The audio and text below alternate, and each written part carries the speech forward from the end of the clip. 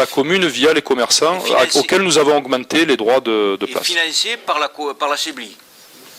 Oui, financé par la CEBLI. Ouais. C'est bien ce qui est marqué dans le compte rendu à la page 4. C'est bien, on est content de le savoir, que c'était bien ce qu'il y avait de marqué dans le compte rendu. Donc vous nous posez la question et vous dites c'est bien ce qui est marqué. Et encore heureux. Monsieur le maire, comment se fait-il qu'aujourd'hui, dans Midi Libre, il y a un appel d'offres sur des pontons flottants faits par la ville d'Agde? Non. C'est parce que nous, c'est nous qui avons la maîtrise. Je pose la question, est-ce que c'est la même opération ou pas? On peut répondre. Non, c'est la Seine flottante, ça, c'est pas les pontons. Non, il y a un ponton flottant. Non, mais c'est la Seine. C'est la Seine flottante. C'est pas marqué. Sur laquelle on va faire les spectacles cet été, comme nous les avions fait l'année dernière. Nous allons acquérir une Seine flottante. Je l'ai dit tout à l'heure en réponse à Monsieur Murat. Vous n'avez pas bien écouté. On va acquérir une Seine flottante pour permettre de faire des spectacles tout l'été. Et l'année dernière, nous l'avions louée. D'accord. Voilà. Lorsque nous avions accueilli Nicoletta, souvenez-vous, et Miss Littoral. Donc cette année, nous allons acquérir une Seine flottante, en fait, qui est constituée de pontons. C'est pour ça que vous avez dû voir cet appel d'offres.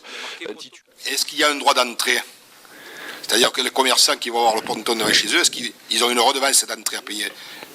Une redevance d'entrée, ça veut dire quoi? Ça veut dire que, bon, par exemple, le ponton, il coûte 10 000 €, on leur demande le droit d'entrée, c'est-à-dire à 5 000 € pour pouvoir avoir accès au ponton.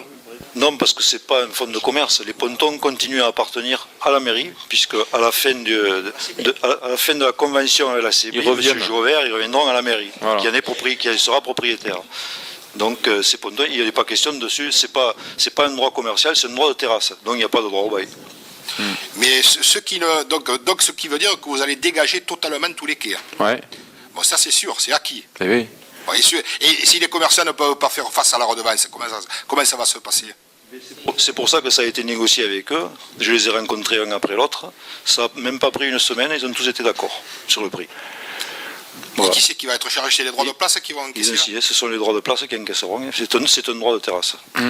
Ensuite, en ce qui concerne les berges de l'Hérault, est-ce que ces pontons vont rester là fixes toute l'année? Parce qu'on peut supposer qu'il peut y avoir des crues. Parce que non, mais oui, qui descendent. Le jour où il y a une crue, parce que vous rétrécissez le lit de l'Hérault là. Le premier système qui avait été prévu, c'était prévu pour l'enlever en hiver. Mais entre-temps, on a trouvé un meilleur système, les techniciens qui étudient ça, puisqu'il y a eu des études, effectivement, on ne fait pas ça n'importe comment. Vous vous en doutez, et puis après il y a eu un appel d'offres, il y a eu 4 entreprises, donc, même au niveau international, qui ont répondu. Donc c'est quelque chose de très étudié, et le système de rail fait qu'il n'y a aucun problème de flottaison. Ça existe à beaucoup d'endroits, où il y a des courants beaucoup plus forts, même sur l'Atlantique, et ça pose aucun problème. Monsieur Mur, juste une chose, ça réduirait le lit de l'Hérault s'il y avait des pieux. Des pieux accrochés au sol, d'accord? Là, l'Hérault continue à passer dessous, donc c'est des pontons flottants. Non, mais ce qui va voilà. Donc ça ne réduit pas le lit de l'Hérault. Il risque d'entraîner les pontons, la crue, s'il y a une crue qui est très forte.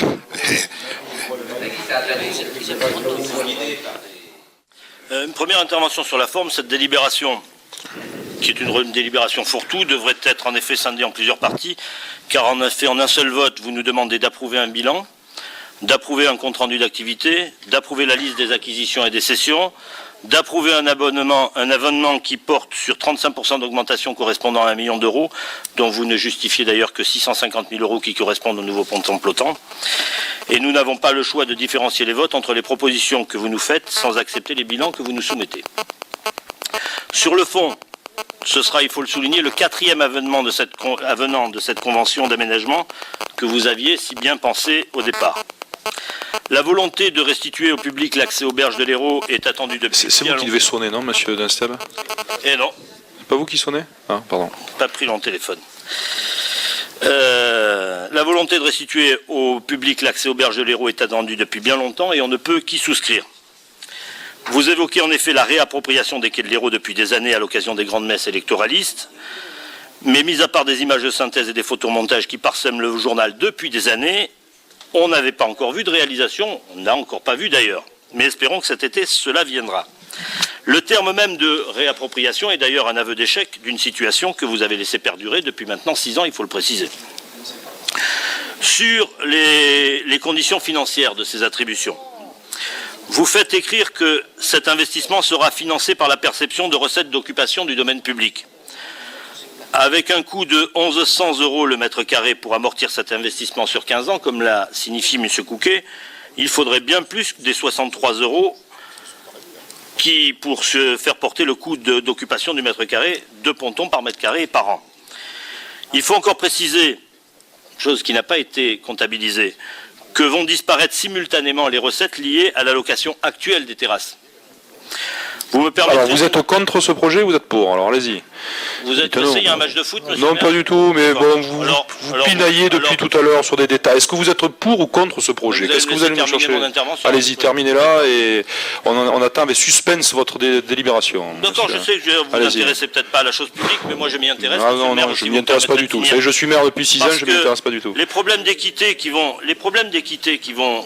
être engendrés par ce problème, c'est que vous me permettrez de m'inquiéter aussi du montage financier, qui va faire payer aux commerçants d'une zone d'activité qui est déjà en péril un loyer annuel 3 fois plus élevé, je dis bien 3 fois plus élevé que celui qui est perçu, ou 2 fois plus élevé que celui qui est perçu au Cap d'Agde pour des terrasses couvertes, 48 € le mètre carré, et plus encore que les terrasses non couvertes identiques au Cap d'Agde, 32 € le mètre carré. Ou sur les berges et quais de l'Hérault, au Gros d'Agde, où il n'est que de 26,50 € le mètre carré. Pourquoi cette iniquité? Surtout dans un cœur de ville qui est déjà en difficulté. Alors même s'ils ont accepté, peut-être, mais il est peut-être nécessaire que les choses soient claires, de manière à ce que les conditions tarifaires soient connues de tous et soient équitables sur toutes les zones de la commune. Étant donné que nous votons aujourd'hui sur des réalisations en gestation... Complètement contradictoire. Hein. Allez-y, monsieur. Terminez, monsieur Nesteb, terminez. D'accord. Alors pour terminer sur la politique que vous poursuivez pour le cœur de ville, elle est toujours aussi floue. En ce qui concerne le PRI, plan de rénovation immobilière, en fin 2007, soit après 5 exercices budgétaires, vous ne me démentirez pas cette fois-ci, la participation de la ville pour cette opération s'élèvera à 720 000 €, soit à peine 20% du coût prévisionnel. Encore une fois, comme toutes vos réalisations en gestation, elles restent majoritairement au chapitre des promesses et des effets de manche. De façon anecdotique, la CEBLI annonce aujourd'hui que les procédures des déclarations d'utilité publique des travaux mis en place au second semestre 2006, je cite, vont faire l'objet d'une concertation avec la population. Vous conviendrez qu'il serait temps alors que les appels d'offres sont déjà lancés. Par ailleurs, vous écrivez que les programmes visant à revitaliser le centre ancien ont été établis en concertation avec cette même population. Cette concertation a été si discrète que je ne peux que m'abstenir sur votre délibération. Et vous allez pouvoir regarder votre match de foot, je suis... Alors, monsieur Destem, non seulement je ne comptais pas regarder un match de foot ce soir, mais qu'est-ce que vous pouvez dire comme bêtise? Oui, vous êtes en train de nous dire que nous allons libérer les quais de la Marine. Qu'est-ce qu'on a fait depuis 6 ans? J'ai envie de vous dire, monsieur Destem, si vous étiez un jour baladé dans cet endroit-là, même il y a 20 ans, c'était comme ça. Donc vous devriez nous féliciter aujourd'hui et vous féliciter, se féliciter collectivement que justement nous soyons arrivés à contractualiser, je le rappelle, à contractualiser avec l'ensemble des commerçants que nous n'avons pas forcé à signer. Donc s'ils ont signé, c'est qu'ils sont d'accord sur les clauses que nous leur avons proposées de remboursement de ces pontons. D'abord parce que forcément, en libérant ces quais de la Marine, leurs affaires vont également être valorisées. Et vous qui êtes un fin commerçant, vous auriez dû le voir. Donc aujourd'hui, ce projet, il devrait faire l'unanimité, non pas les petites polémiques stériles là que vous relevez, à savoir pourquoi ils paieront plus cher, les autres moins cher, tout simplement parce que il y a un coût pour la collectivité, qu'ils s'engagent à le rembourser, et que c'est bien normal puisque c'est eux qui vont en profiter, et également les agatois et les visiteurs, et cette action est tout à fait positive pour le cœur de ville, et vous devriez le relever, plutôt que de dire d'aller chercher des petits chiffres qui n'intéressent personne.